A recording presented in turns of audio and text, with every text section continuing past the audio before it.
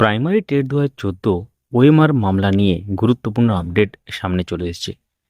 ভিডিওটি শেষ পর্যন্ত দেখুন, তাহলে বুঝতে পারবেন ব্যাপারটা কি হতে চলেছে। তো যারা ইউটিউব থেকে দেখছেন আমাদেরকে সাবস্ক্রাইব করে রাখুন, যারা ফেসবুক থেকে দেখছেন পেজটিকে ফলো করে রাখুন, ভিডিওটি লাইক এবং দেখার পর শেয়ার করে দেবেন। তো টেট 2014 ওএমআর মামলা 2024 সালে ফাইল হয়েছিল মহামান্য ডিভিশন বেঞ্চে, এবং দেখতে পাচ্ছেন স্ক্রিনে আমরা কেস ডিটেলসে দেখাচ্ছি। একটু পর আমরা কজ লিস্ট দেখাবো, কত নম্বর সিরিয়াল আছে এবং কী হিসাবে মেনশন আছে, এবং তার সাথে আগের শুনানিতে কি হয়েছিল এবং লাস্ট যে অর্ডার কপি বেরিয়েছিল সেখানে কি লেখা ছিল, সমস্ত ব্যাপারটা জানতে পারবেন। তো এখানে দেখতে পাচ্ছেন MAT 1531 2024 সালে ফাইল হয়েছিল মামলাটি, এবং এই মামলাটি নেক্সট হিয়ারিং ডেট অর্থাৎ আগামীকালের ডেট আছে। যারা এই ভিডিওটি আগামীকাল দেখবেন তাদের ক্ষেত্রে আগামীকালটা আজ মনে করবেন। 27শে August 2026, stage of case to be mention, honourable justice Shampa Sarkar, honourable justice Arjun Roy Mukherjee মহামান্য ডিভিশন বেঞ্চে আছে। এবং এর আগে দেখতে পাচ্ছেন এখানে 30/8/2024 যে অর্ডার ডিটেলস সেটা এখানে আছে। তো আমরা একটু দেখে নিই, তারপর কজ লিস্টটা দেখাচ্ছি।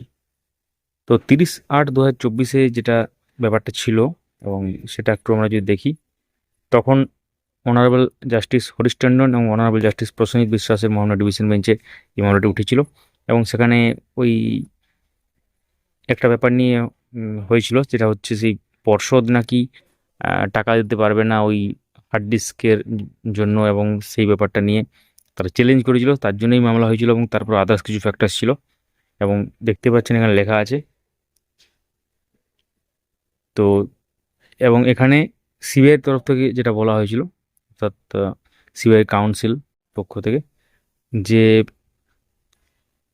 Large number of hard disk seize করেছে ডিফারেন্ট অর্গানাইজেশন থেকে, এবং সেটা ফরেন্সিক ইনভেস্টিগেশনে পাঠাবে তারা, এবং সেই জন্য 20টি হার্ড ডিস্ক, প্রত্যেকটি সাইজ 4 TB করে, অর্থাৎ টোটাল 80 TB স্পেস দরকার তাদের, সেটা চেয়েছিল। এবং অ্যাকচুয়ালি তারা দাবি করছে, এবং সেটা কোনোরকম মনিটারি ফর্ম হিসাবে নয়, সেটা ওই হার্ড ডিস্কটা দাবি করছে। CBI asked for 20 hard disk লেখা আছে, দেখতে পাচ্ছেন।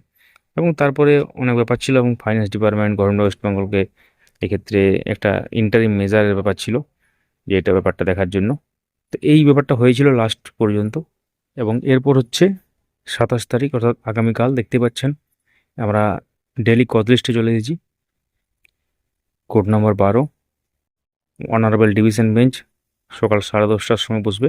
Honourable justice Shampa Sarkar, honourable justice Arjun Roy Mukherjee.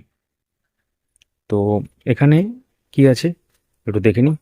একদম 1 নম্বর সিরিয়ালে দেখতে পাচ্ছেন টু বি মেনশনড হেডিংয়ে আন্ডারে MAT 1531 2024 Mrinmoy Haldar and Wares versus Shantanu Sit and ors. Shantanu Sit নামটা আপনাদের শোনা শোনা লাগবে, কারণ অনারেবল সিঙ্গেল বেঞ্চে যে মূল মামলাকারী বলতে পারেন।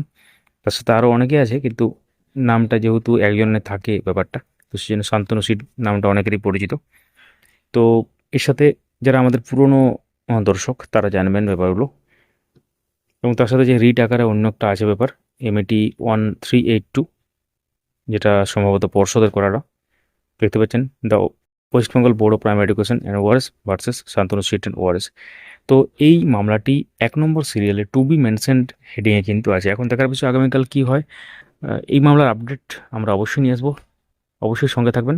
এবং আপনারা যদি কোনো প্রশ্ন করতে চান অবশ্যই কমেন্টে লিখুন, বা কোন জেলা থেকে ভিডিও দেখছেন লিখতে পারেন। ভিডিওটি লাইক করুন, সবার সাথে শেয়ার করুন। ধন্যবাদ।